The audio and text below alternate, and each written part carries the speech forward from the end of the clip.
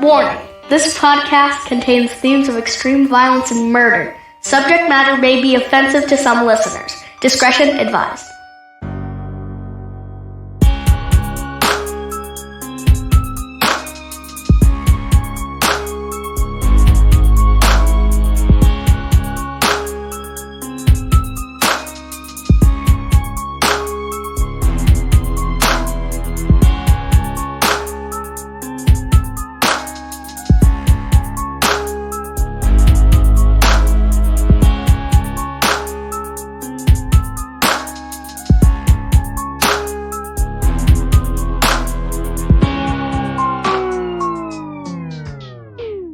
Welcome to another episode of Evil Transgression, your homicide headquarters here in podcasting. I'm Josh, and with me as always, Dustin and Rex. Hey, what's going on? Hey, what's up? Welcome back. No, you're not Rex. You're Dustin. I'm Dustin. Yes. Thanks. I forgot your name. After 1 week, you forgot my name. I mean, It's been so long. It's been so long since you've decided to join us with your talent Right. on the Evil Transgression podcast. Can I just tell you both that I listened to your episode and it was not funny without me? You think so, huh? No, it wasn't that funny. That's why we have fired you and replaced you with a doorknob. I thought we reenacted your voice pretty well. Yeah. I thought you were still here. What? It was What are horrible. you guys talking about? Goodness. So we have a new patron? Yeah, we do. Well, were you going to let us know about it? It's Erica. Thank you, Erica. Thank you, Erica. Yeah, that was a way to give her the props she deserves. It was Erica. Well, I didn't know I was the one that was going to be saying it because you. I mean, but you're the Patreon guy. You're Yeah. the Patreon / Patriarch. /PR. patriarch. So, Erica, thank you Yes, for Erica. sponsoring the episode with your patron. Yes. Midge. We appreciate you. Appreciate you. Thanks, man. Appreciate you. Everybody's doing good. Yeah. Yes. We're here. You didn't have to work 75 hours this week. No, not this week. Just 60? 65. Wow. Ooh. I got a break. Can I have $10? I don't have it. Uncle Sam took it all. Oh, no. I don't have an Uncle Sam. But if I did, he'd have a long white beard. So we have an episode today, once again, going back in time with a female. And this one wasn't a poisoner. Holy shit. Yeah, take that. Put it in your pipe, light it up, and smoke it. Nice. You actually found one. Yeah, she's like when you think of when they describe a female killer as a black widow, I think this lady fills that definition to a T. Sweet. She is a deadly SOB. I don't think you can say that, but that's what she is. I cannot wait to hear it. Me neither. So, buckle up, Evil Mob, as we discuss Louise Peete. Louise Peete was born Lofi Louise Preslar in Bienville, Louisiana on September 20th, 1880. Go ahead and ask it. Did they have cars? Negative. They did not have cars then. When was the first car, Dustin? 1886. Oh, you researched it. Take that. By who? Mercedes Benz. No, his name was not Mercedes. His name was not Mercedes, but it was His something last Benz. name Last name was was. Benz. Yeah. So Louise Peete, born September 20th, 1880, her family was wealthy and well known, as her father was a newspaper publisher in the area. Despite their efforts to raise their children right, the Preslar parents had trouble with teenage Louise. At the age of 15, Louise was expelled from a private school in New Orleans for stealing from her classmates and engaging in, quote, promiscuous behavior. Uh-oh. Ooh. So girls were wilding out back in the 1880s. Just Guess Louise. so. In her early 20s, she met a traveling salesman named Henry Bosley, and the two married, The marriage didn't last but 4 years when Henry committed suicide. Apparently, he was not happy in his marriage. I hear a lot about traveling salesmen from like back in the day, you know? Yeah, that was the thing. It was. It was. And I wish I was the traveling salesman that sold the McDonald's brothers their machines. Remember that guy from the movie? Yeah. Could have made some bank. Cool. Just saying. That was random but awesome. So the reason that Henry committed suicide is he found Louise in bed with another man. Oh. She likes to party. Back in 1880, like I don't know. I just picture something weird back then. Like, You thought people were like built differently back then? Dude, I thought everything was black and white, like the TV. You know what I mean? Like, that's how they see the world. How do you even respond to that? Shortly after her husband killed himself, Louise moved to Shreveport, Louisiana, where she started work as a high-class sex worker. Louise would earn extra money while turning tricks from stealing from her clients. So not only is she getting paid to turn the trick, she's taking a little extra money. Sounds like it. Get what you can. After moving to Boston, Massachusetts in 1911, Louise began going by the name Louise M. Gold. She then began telling everyone she was a wealthy 19-year-old heiress named R.H. Roseley, who had run away from her family after they had put her in a convent. Louise's charm got the better of some of the wealthy families in Boston who would take her in. Once she was taken in, and she would then take advantage of those families. She would rack up several bills in stores in the area by charging items to the family. Like, she's going into these stores like, oh, just put it on the Smith's tab. Before They're the like, credit oh, card okay, day. sounds good, ma'am. She also stole money from the friends and employees of those wealthy families as well. Finally, people began catching on and the authorities got involved. Their solution was to run Louise out of town to avoid embarrassing the families she took advantage of. I mean, nobody wants to be known as the family that got taken advantage of by a thieving sex worker, I guess. Right, that's true.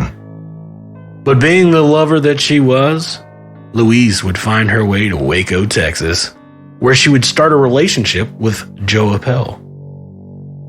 Joe Appel was a rich oil baron. Their relationship lasted a week before Joe Appel was found shot to death and his diamond jewelry missing. Wonder what happened. Louise was arrested for his murder, but was released from custody after she convinced a grand jury that she had only killed Joe in self-defense after he tried to rape her. I mean, let's ignore the fact that she also robbed him of the jewelry, but hey. Right, yeah. Louise was a woman who couldn't quench her thirst for love and crime, so when she moved to Dallas, Texas in 1913, she quickly married a St. George Hotel night clerk named Harry Farrote. But for some reason, trouble seemed to keep finding Louise.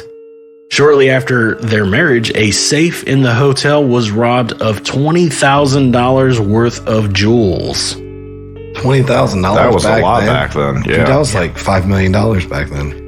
Oh, did you calculate that? I did just now. My first reaction is, what the hell is a hotel doing with $20,000 of jewels in a safe? Yeah, that's a good question. Dude, it was back in like the Western days. Well, I wasn't alive in 1913, so I don't know what I'm talking about. I mean, maybe that's how you paid for hotel rooms back then. Like, I got these possibly. jewels. Give me a night. Here's your sack of jewels. Family jewels. Sack of jewels, please. That'll be 2 sack of jewels. Police immediately suspected Louise of the crime, but have no evidence to convict her on, so she wasn't arrested. Ironically, shortly after, Harry Farrote was found dead due to a gunshot wound. The theory was that he was so embarrassed of his wife and being accused of the theft, he couldn't take it anymore and killed himself. Reality is, it was probably more than likely Louise herself that had killed him. Oh, yeah. But travel, love, and crime is a common theme with Louise, and she would move to Denver, Colorado in 1915, where she married Richard Peete. So wait, this is how many husbands now? Is it 3, 4? She loves love. I guess. And money and myrrh. Yeah. In 1916, the couple would welcome a daughter named Frances Ann. Although it sounds like it's going to be a happy ending, it wasn't meant to be. The marriage was a disaster and the couple fought constantly. Finally, in the summer of 1920, Richard Peete had had enough. Louise Peete would take her daughter and move to Los Angeles, California. She's all over the place. She really is. While looking for a place to stay in LA, she met Jacob C. Denton. Denton was a wealthy widow who had a teenage daughter. Louise met Denton while trying to rent his 14-room mansion. Apparently, Louise Peete put on such a charm that Denton, who had hoped to rent out the mansion for $350 a month, ended up letting Louise rent it out for $75 a month. What? $350 a month. I mean, this is early 1900s. That'd be sweet. Yeah, now it would. Can't even get a car for $350 a month. Well, she got it for $75 a month. Yeah. Jacob Denton was scheduled to go on a business trip in June, and that's why he wanted to rent out the mansion. He wanted somebody to stay there for him. Louise moved in on May 26th, a few days before Jacob was supposed to leave. On June 2nd, 1920, Jacob Denton disappeared. If that sounds a bit odd, listen to this. Louise then hired a gardener to transport a load of dirt into the basement, claiming she was going to start growing mushrooms. Yeah, it doesn't sound fishy. She's full of shit. A little Why bit. don't you go ahead and drop that dirt down in the bottom of this mansion? Because I'm going to grow some mushrooms. They bring a load of dirt into this basement. I want to grow some fungi. Oh, man. Louise Peete forged Jacob's signature to withdraw $300 from his bank account and to access his safety deposit box. This sent up a red flag to the someone at the bank when the signatures didn't match what they had on file. But Louise Peete had the perfect Dustin-type explanation. Louise explained that Jacob Denton had actually had his right arm amputated after he was shot by a, quote, mysterious Spanish-looking woman who he had gotten into an argument with. Wow. So he got into an argument with a mysterious Spanish-looking woman. She shot him in the arm, and he had to get it cut off. But because his arm was gone, Louise explained she had to help him write his name with his left hand. So that makes perfect sense. Yeah. So believable. Right. In another version of the story, she told, the mysterious Spanish woman had cut off Jacob's arm and leg with a sword. Well, this can all be solved if Jacob Denton would explain it, but Louise also explained that because he was so ashamed of his amputated arm, he was in seclusion and would only talk to her. What? It's so believable. Yeah.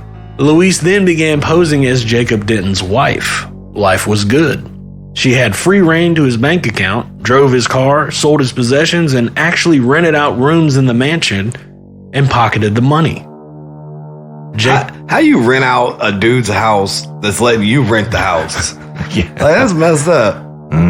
Well, he's in seclusion because he got his arm and leg cut off by a sword. He got in a sword fight. Yeah. He's embarrassed. Well, she's posing as his wife now, like, oh, we're married. Right, but the balls that takes, like, I'm renting this for $75. But hey, wanna come rent it? $300. Yeah, You right. get a room. $350.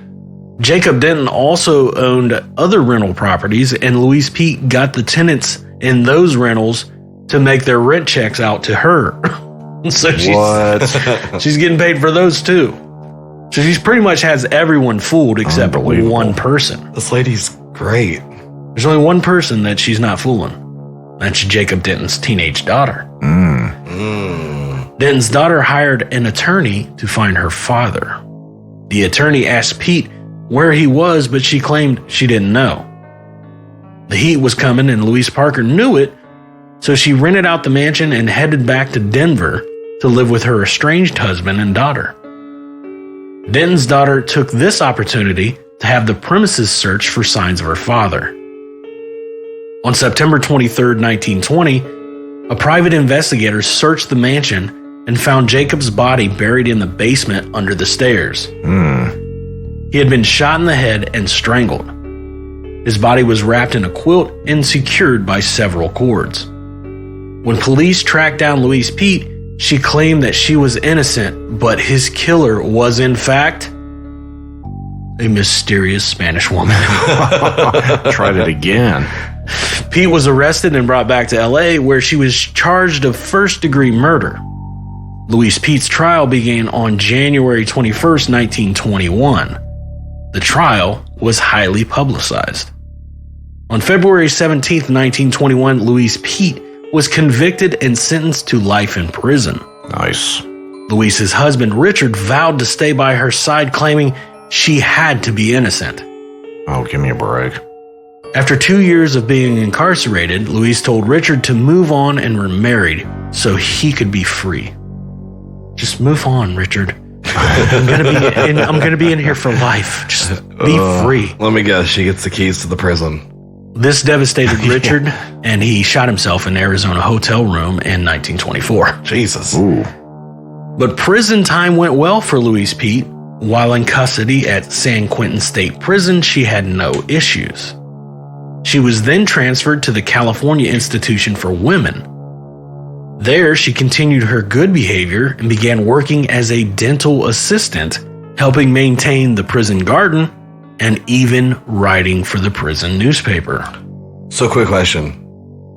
Did she get the keys to the prison? Well, her behavior was so good, she was paroled in 1939. What? Wow. Yeah.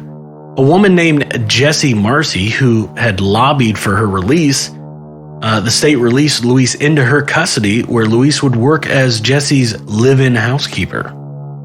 Jessie Marcy died of, quote, natural causes. No, I'm sure. Shortly after. Good Lord. Louise would then move in with her probation officer, Emily Latham. What? Latham, however, died of a heart attack in 1943. Neither of these deaths were attributed to Louise because there was no real investigation into them, because for some reason, police were unaware that Louise was the subject of a previous murder case or that she was even on parole. They ain't got, like, records they keep?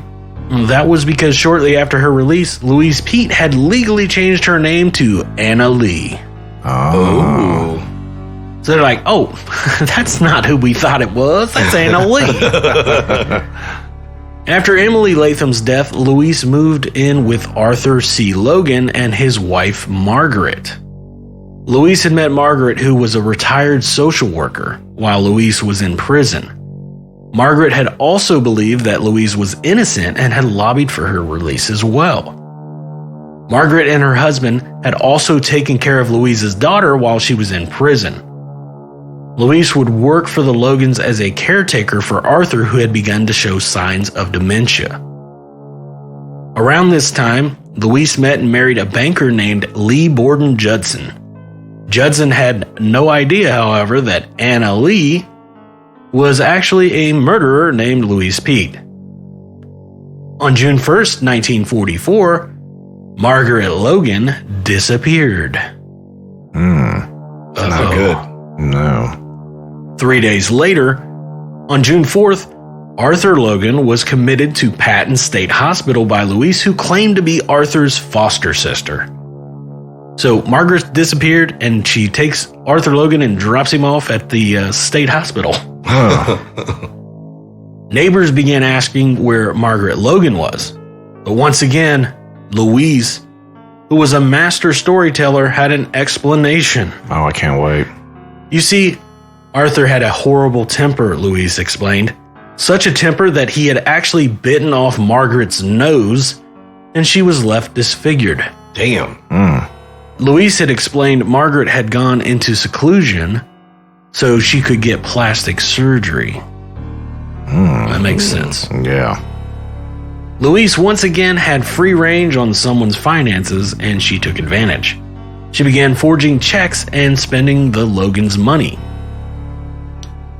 On December 6, 1944, Arthur Logan died at Patton State Hospital, and Louise Peete donated his body to science. Seems like a bad thing to do. I mean, she's just like, she's a nobody. She's like, yeah, I'm going to donate his body to science. I want you guys to carve him open and investigate it. But after Arthur's death, another employee at a bank detected the forgery on one of the Logan's checks and contacted the authorities. While investigating the forgery, police searched the Logan residence where Louise and her husband were still living. Interesting. They're still staying in the house. That's crazy. On December 20th, 1944, 6 months after her disappearance, Margaret Logan's body was found buried in a shallow grave under an avocado tree in the backyard. Avocados. She had been shot in the back of the neck and had sustained a skull fracture. Louise was arrested and charged for the murder. In her questioning, Louise had an explanation. Of course she did. No, it isn't the mysterious Spanish woman this time. Louise explained that Margaret had been bludgeoned and shot by her husband during an argument. Louise admitted to burying the body, claiming that she was afraid she would be blamed for the murder because of her past. Judson was also arrested and charged with murder, but on January 11th, 1945, his charges were dropped due to lack of evidence. The following day, he jumped to his death from the 9th floor of an office building in Los Angeles. Ooh. Hey, She is the bringer of death. Oh, yeah, she is. keep her away. Louise Peete's trial began on April 23, 1945 in Los Angeles. A jury found her guilty and sentenced her to death on Good. May 31st, 1945. While her death sentence was read, Louise Peete sat reading a book, pausing for just a moment to make a mocking facial expression before going back to reading. Wow. She's got no F's to give. No. Apparently. Like she was out. Yeah. You did your time, man. Stop killing. Crazy. Through several failed appeals, Louise maintained her innocence until she was led into the gas chamber at San Quentin State Prison on April 11th, 1947. Take that, Gavin Newsom. You weren't there, haha. Haha. Freaking Gavin DeGraw. She was the second woman in California history to be executed by the state. The first was Evelita Juanita Spinelli, nicknamed the Duchess, who was executed at San Quentin in 1941. But we'd have to talk about the gangster ex-wrestler another day. Sweet. That, ladies and gentlemen, is the story of Louise Peete. She was crazy. She was the bringer of death. Evil one. And a storyteller. Yeah. I just don't understand. Like they let you out. You was free to do whatever you wanted. Yeah, They but you did make a mistake earlier. You said you got out. You did your time. She did not do her time. Yeah, it was supposed Remember to be they for let her life. out like early, like Way you're or so yeah. nice. You're a good dental assistant, and you do great work with the petunias in the garden. And that article you wrote in that newspaper, it just shows your personality. We're gonna go ahead and let you out of here. Right. Thanks for stopping by. Did not work out well for the rest of the people that Nope. she killed. No. But I mean, she was only really convicted of a couple of the murders. Think about all the other ones she probably had a hand in. Oh, yeah, for sure. Yeah, I mean, the only one you can't blame on her is the one where the guy jumps out of the top of the office building. Oh, and the then, ninth story. The ninth floor. Yeah. She probably talked him into it, like, you know what you should do. Oh, I'm sure she did. She'd probably jump out of that building. You'll live, but then they'll let me out and we can be happily forever. That or the guy got up there, she's like, I need you to meet this lady up on the 9th floor. And some Spanish woman was up there, stabbed him with a sword and threw him out of the window. Yep. She was a good storyteller. I mean, it's not often you hear of guy getting his leg and arm chopped off by a sword. Yeah, exactly. Right. But Good stuff. it is good stuff. What do you got for me, bud? If you haven't done so, go to our Facebook page, give us a like.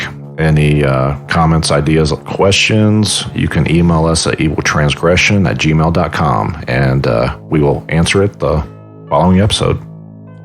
Also, if you haven't done so yet, go to Apple Podcasts and rate us and review us. Definitely. Leave us a comment. It helps us grow, Mm-hmm. So if you haven't done it, please do it. You can also go to eviltransgression.com, check out all of our links. Yep. And, from Threadless Store to Facebook to Patreon to Tip Jar, whatever you want to do. To Twitter. Twitters and twatters and whatever.